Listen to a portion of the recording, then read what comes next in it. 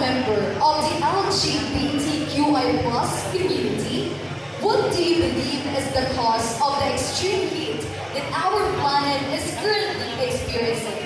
And what sort of platform will you create to support the educational system and the community in general? Again, as a member of the LGBTQI plus community, what do you believe is the cause of extreme heat that our planet is currently experiencing?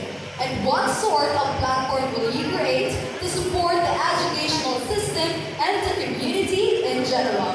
Your timer starts now. Thank you so much for that question. You know what, ladies and gentlemen, heat index is rampant nowadays. And one of the primary reasons why we are facing the heat index is because of our wrongdoings and carelessness to Mother Earth. We are all facing the high temperature because of our ignorance towards Mother Earth.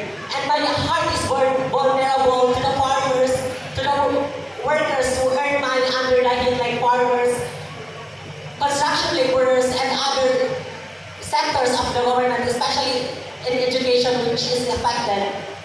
And as a member of LGBTQIA+ community and a teacher, my volunteerism and my professional engagement allow me to have a safe space for our community.